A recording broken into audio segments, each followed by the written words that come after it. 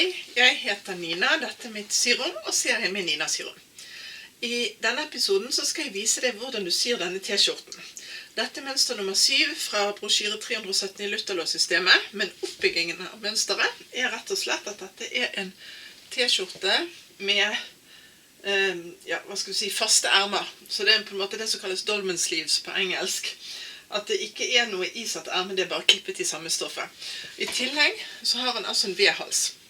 Så i filmen så skal jeg vise teknikker for hvordan jeg tilpasser mønsteret på ermene her, med oppretten på innsiden, hvordan jeg gjør det nede med oppretten, og så viser jeg hvordan du syr V-halsen. Jeg anbefaler deg å se den egne filmen jeg har om V-halssøm. Fordi at jeg ser at på denne filmen her, så kan det bli litt mye med dette stoffet. Så jeg har laget en helt egen film, hvor jeg viser V-halsen i kontrastfarge på et hvitt stoff. Det er det jeg skal vise deg i denne filmen. Dette er fra hefte 317, som kom ut i mai det året. Og det jeg ønsker å lage faktisk, det er denne t-skjorten som er inni kjolen. Jeg hadde egentlig hoppet over denne, jeg hadde ikke sett ordentlig på mønsteret. Men når jeg begynte å studere det, så synes jeg det er veldig fint. Jeg har tatt en kopi av det, sånn at jeg tegner med kopien. Det har jo, det kan jeg jo for så vidt gjøre sånn. Den har jo rett og slett ermene skåret i ett. Så en form for sånn kimono-erme. Jeg kommer ikke til å lage belegg opp her, men jeg kommer til å kutte den delen fra og lage en kant som jeg skal sy på rundt hele. For dette er laget for strikket stoff, og jeg skal lage det i et elastisk stoff. Så den tror jeg blir veldig fin. Jeg er også litt usikker på hvor mye opprett jeg skal ha på ermene her. Jeg tror jeg bare kommer til å ha en brett opp. Altså ikke så mye brett som det er laget her. Den gleder jeg meg litt til å prøve. Så nå skal jeg tegne ut mønsteret. Alle mål fra og med midje og opp er med brystmålet. Og målet under livet, det er med hoftemålet.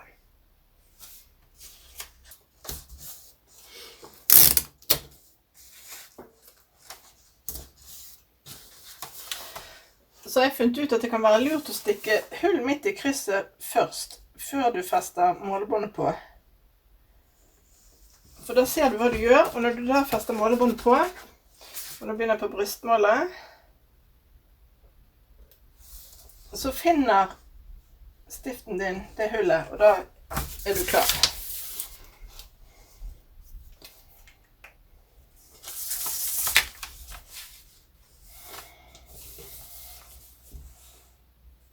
Skal du alltid merke på samme siden av målebåndet som tallet i forhold til streken her.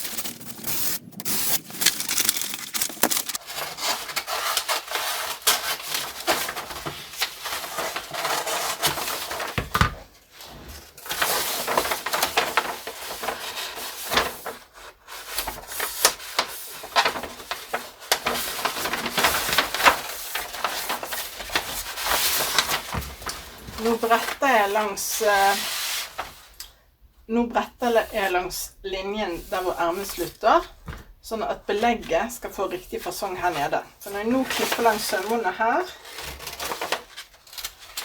en sånn liten bit, jeg klipper dette,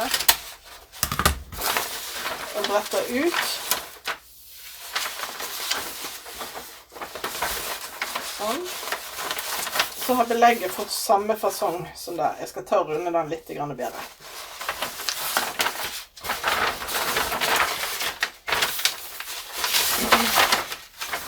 Da har jeg lagt til 1 cm sømmen her, for jeg skal sy på den kanten, så er 3 cm, og den kommer jeg til å klippe som en egen lang del. Så nå gjør jeg det samme, og lager bakstykket, og så skal jeg vise deg når jeg har klippet ut alle deler. Jeg har nå forberedt mine 2 stoffdeler, forstykke og bakstykke. Jeg skal vise hva jeg har gjort. Jeg har jo klippet de ut som det skal mot brett. Men husker dere her at jeg brettet jo inn denne for å få riktig fasong på ermebelegget. Det har jeg også gjort her ved å stryke det inn 2,5 cm. Og det jeg gjør når jeg stryker inn disse oppleggene, for jeg opererer med faste opplegg på enten 2,5 eller 3 cm, det er at jeg har kuttet med sånne papirremser. Den er akkurat 2,5 cm. Dette er helt vanlig kraftpapir, eller papir. Du kan bruke hva som helst papir til dette. Så legger jeg den på kanten, og så bretter jeg inn, og så tar jeg en runde først med å stryke gjerne bare litt grann, så tar jeg vekk papiret, og så stryker jeg en gang til. Så det har jeg gjort på alle ermekantene, og så har jeg gjort det nederst på forstykket, og nederst på bakstykket.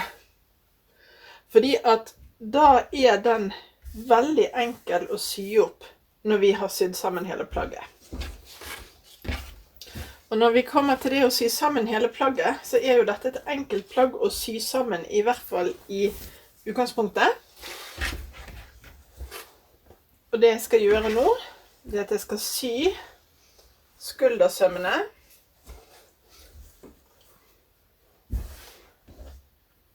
Her. Og det tar jeg på en overlock, eller du kan bruke en zigzag på en vanlig symaskin. Og så skal jeg sy sidesømmene som også former ermet, og helt ned. Når jeg har gjort det, så skal jeg komme tilbake, og så skal vi gå gjennom hvordan vi tilpasser denne kanten rundt halsåpningen.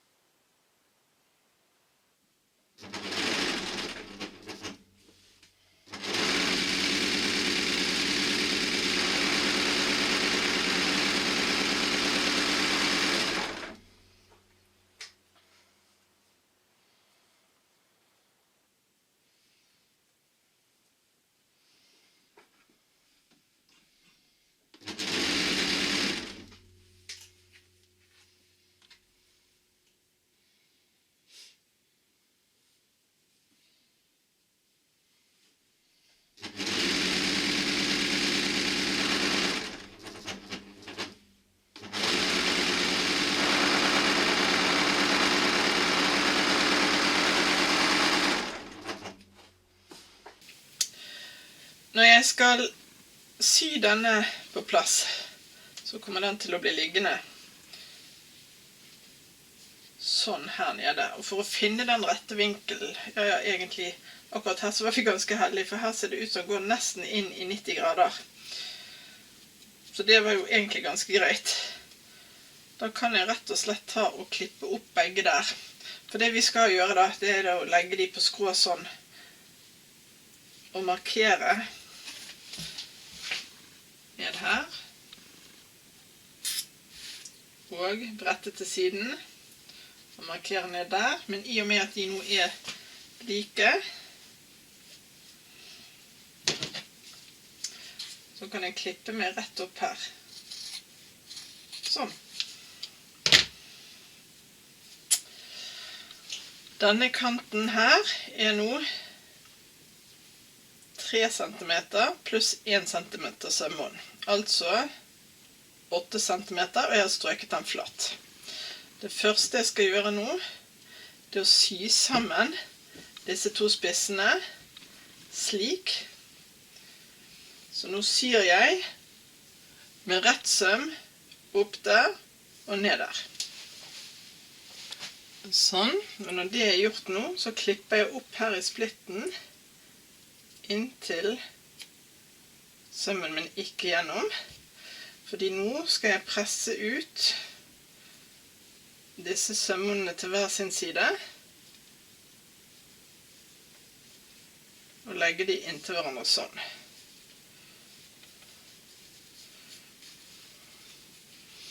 Da begynner vi å få et inntrykk av hvordan dette kommer til å se ut når det er ferdig. Jeg renklipper disse spissene, og da er det lettere å forholde seg til når vi skal sy det fast videre. Så det jeg gjør nå aller først, det er å markere inn sømmene mitt her. Jeg har 1 centimeter begge veier.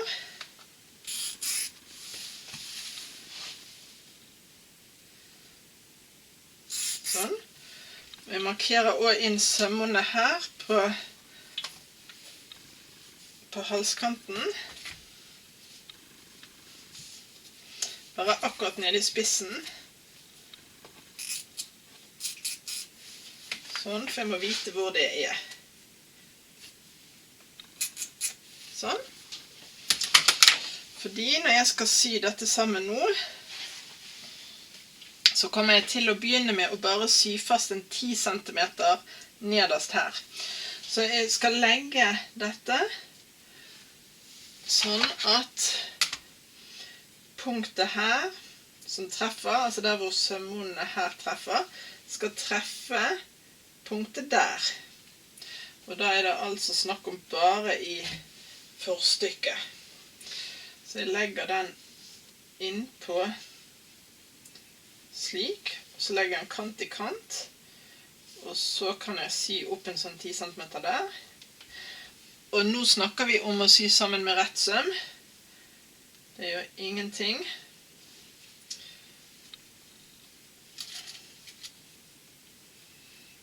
Så pass på at du setter ned nålen akkurat nedi der, så kan du feste litt, og så kjører du bare et lite stykke opp.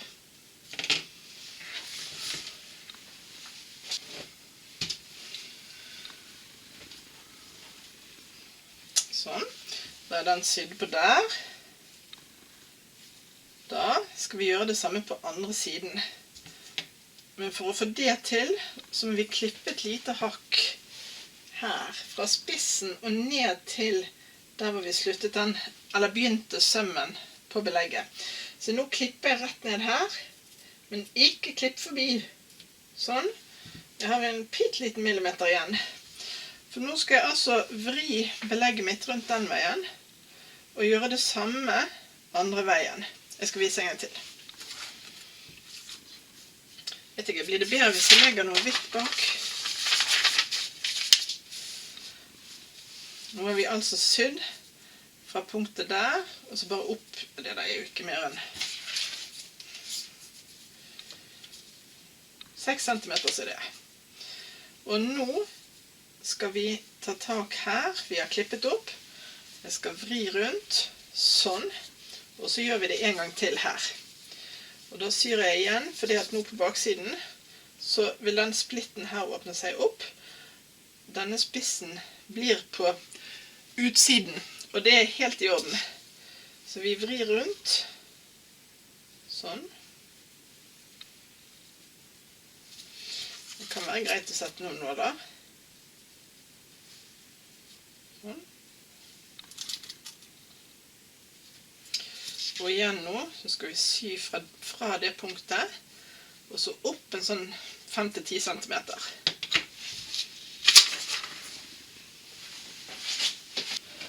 Nå ser den sånn ut. Nå syr det opp andre veien. Og når jeg nå vrenger rundt, så skal den passe når jeg får vekk litt av krittmerkene. Ok, men nå har du kommet så langt at nå halskanten festet nederst. Så nå kan du begynne å fordele den rundt. Og da skal jo den strekkes litt, for den elastisk, og vi skal sy fast rette mot rette. Og denne sømmen her nå kan du faktisk da ta med en overlock hvis du vil. Og da vrenger jeg egentlig hele arbeidet mitt. Sånn. Fordi da ser du det at hvis vi begynner da her nede i kanten, så blir den, og du kan til og med legge den med retten den veien, for da ser du det, at da fanger du stoffet fra blusen og stoffet fra kanten. Hvis du begynner inn den ene veien, så havner du ut i et kryss, og så tar du bare den trådenden og fester igjen etterpå. Og så har jeg sydd på rundt hele, og bare et lite obs. Pass på at du må vurdere litt i forhold til stretchen i stoffet ditt. Hvor mye du skal redusere den omkretsen med. Det eneste jeg har igjen nå, det å legge opp armene her. Det kan du gjøre enten med en tvillingsøm, en zigzag, eller jeg skal bruke en coversøm på covermaskinen min. Og det skal jeg gjøre på begge armene og nederst.